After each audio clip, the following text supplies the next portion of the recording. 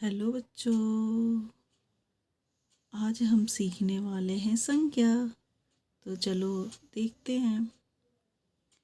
तो सबसे पहले देखेंगे हम संज्ञा किसे कहते हैं। जैसे कि आपको पता है कि हमारे विश्व में जितने भी नाम हैं उन सबको हम संज्ञा कहते हैं। तो चलो हम सबसे पहले इसकी परिभाषा को देखते हैं। किसी व्यक्ति, वस्तु, स्थान या भाव का बोध कराने वाले शब्द को संज्ञा कहते हैं। ठीक है। जैसे स्थान देखते हैं, दिल्ली, आगरा। वस्तु, कुर्सी, घर, विद्यालय।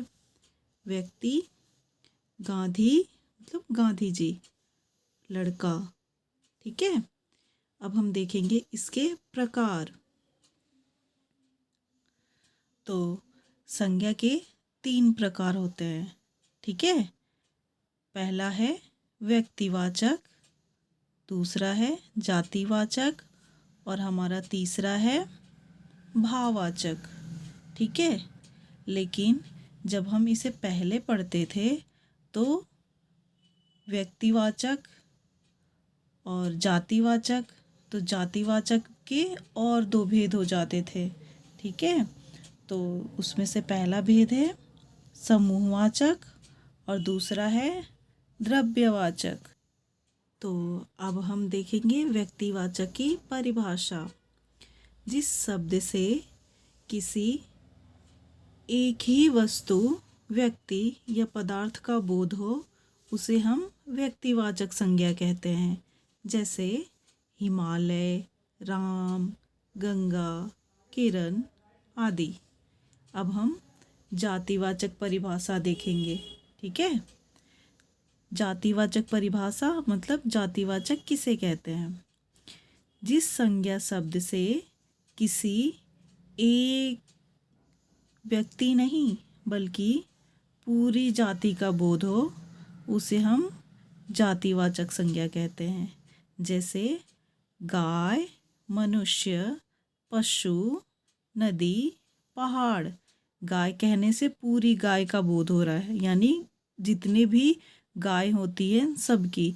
मनुष्य कहने से पूरे मनुष्य जाति का बोध हो रहा है और पशु कहने से पूरे पशु का बोध हो रहा है। ठीक है। ऐसे ही अगर हम नदी कहते हैं तो नदी में जितनी भी नदियाँ होती है सबके नाम आ जाते हैं। ठीक है।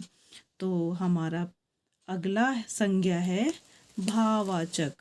ठीक है। तो हम भाववाचक संज्ञा की परिभाषा पढ़ते हैं।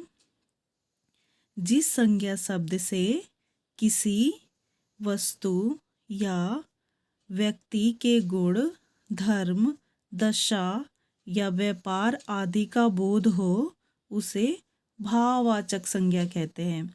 यानी जिसे हम अपने आँखों से देख नहीं सकते और ना ही अपने हाथों से उसे छू सकते हैं, उसे हम क्या कहते हैं, भाववाचक संज्ञा। जैसे लंबाई, लंबाई बढ़ते हुए तो देख सकते हैं पर हम उसे छू तो नहीं सकते ना। ठीक वैसे ही मिठास, जब हम कुछ खाते हैं तो हमारी जीभ का स्वाद आता है कि ये मीठा है, खट्टा है, तीखा है। ठीक है। ऐसे ही भलाई, हम दूसरों की भलाई करते हैं लेकिन हम उसे देखते तो नहीं है ना, बस हम उसे महसूस करते हैं। ऐसे ही है बचपन, बचपन तो सबने देखी है लेकिन उसे छुआ तो किसी ने नहीं है ना, बस हम उसे महसूस करते हैं कि ये बच्चा छोटा है, यानी ये बचपन है। ठीक है। तो अगर ये वीडियो आपको पसंद आई होगी तो इसे थम्स अप करें, लाइक शेयर सब्सक्राइब करें। मिलते हैं हम अगले वीडियो में। धन्यवाद।